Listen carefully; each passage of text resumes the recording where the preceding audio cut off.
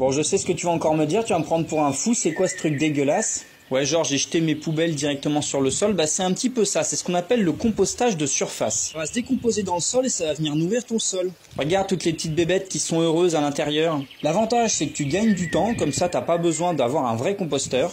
Et c'est même encore mieux, ça nourrit bien mieux le sol qu'un compostage classique. En effet, lors de la dégradation des végétaux, ils seront directement accessibles pour les différents organismes de la vie du sol. J'ai même reçu l'aide d'une amie cette fois-ci.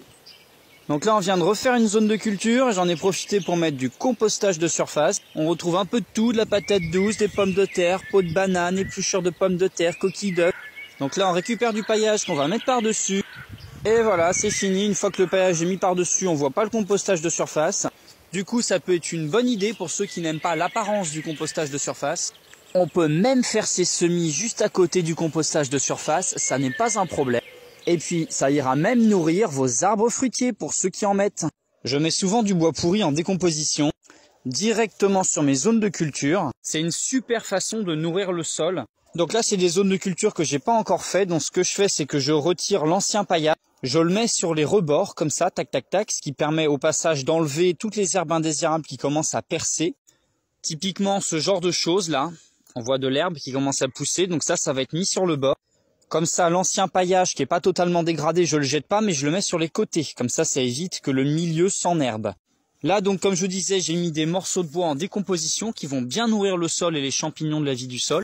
D'ailleurs, on voit déjà très clairement les champignons qui s'installent.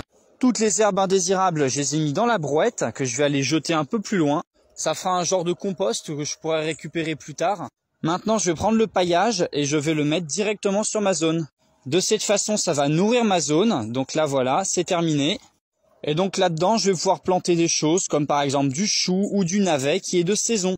Je peux aussi laisser mes zones de culture telles quelles jusqu'à l'année prochaine. De cette façon, je suis à peu près certain qu'elles ne vont pas se réenherber complètement pendant l'hiver. Une méthode de feignant pour faire des frites sous paillage. Je vous avais montré en début d'année que j'avais mis des pommes de terre directement sous du paillage. Donc c'est relativement simple, hein. Tu prends tes petites pommes de terre, tu les mets sous le paillage et malgré la canicule, malgré qu'il n'y a eu aucun arrosage, on fait la récolte ensemble. Bon, en réalité, cette récolte-là, je l'ai fait il y a 1 mois, bien sûr, hein. Mais voilà, je voulais partager avec vous cette récolte qui a été faite sans arrosage et sans retourner le sol. Comme vous me dites souvent, il faut retourner le sol pour faire certaines choses, et ben même les pommes de terre, voyez, pas besoin de retourner le sol. Je gratte un peu la surface et je trouve mes petites pommes de terre.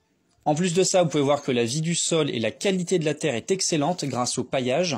La taille des pommes de terre est parfois assez petite, hein, car comme j'ai fait aucun arrosage et qu'on a eu une canicule, forcément on va pas avoir des pommes de terre de très grosse taille. J'ai également des arbres fruitiers qui sont plantés sur mes zones de culture. Et donc là vous pouvez voir progressivement la récolte que j'ai fait sur cette plate-bande. Bon, j'avais pas planté beaucoup de pommes de terre et la récolte aurait pu être bien meilleure s'il n'y avait pas eu de canicule, mais il y a quand même de beaux morceaux comme vous pouvez voir.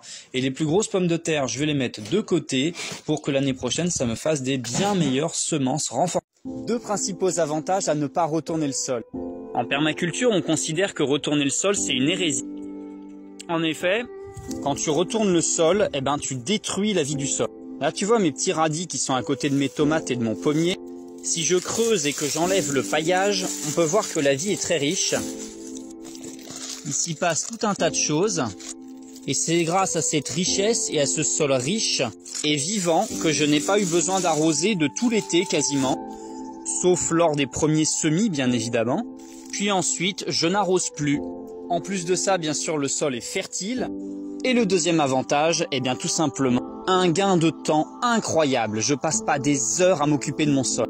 Quand je plante, je n'ai qu'à écarter le paillage. Et ensuite, je plante directement dans mon sol. Donc on résume nos deux avantages, pas d'arrosage et un gain de temps. Vous allez encore me dire que je fais pas comme les autres, quand je pense que certains ont déjà arraché leurs plants de tomates. Ne jamais faire ça, jamais. Avec encore plein de tomates, c'est trop dommage. Regardez ça, mes plants de tomates sont en super santé. J'ai rien arraché, ils refont des pousses et j'aurai des tomates jusqu'en décembre. Ne faites jamais ça, ne jetez jamais vos déchets verts à la déchetterie. Utilisez-les pour favoriser la vie dans votre jardin, que ce soit pour vos zones de culture ou tout simplement en les mettant dans ce que l'on appelle des haies mortes. Donc vous faites des gros tas de végétation et la vie va s'y développer. Sans arrosage ne veut pas dire sans eau. L'arrosage, c'est l'intervention humaine. Et moi, j'ai pas forcément le temps d'arroser mon potager. J'ai plus d'1 hectare de terrain. Donc l'idée, c'est de retenir l'eau dans le sol. Pour ce faire, il y a du paillage.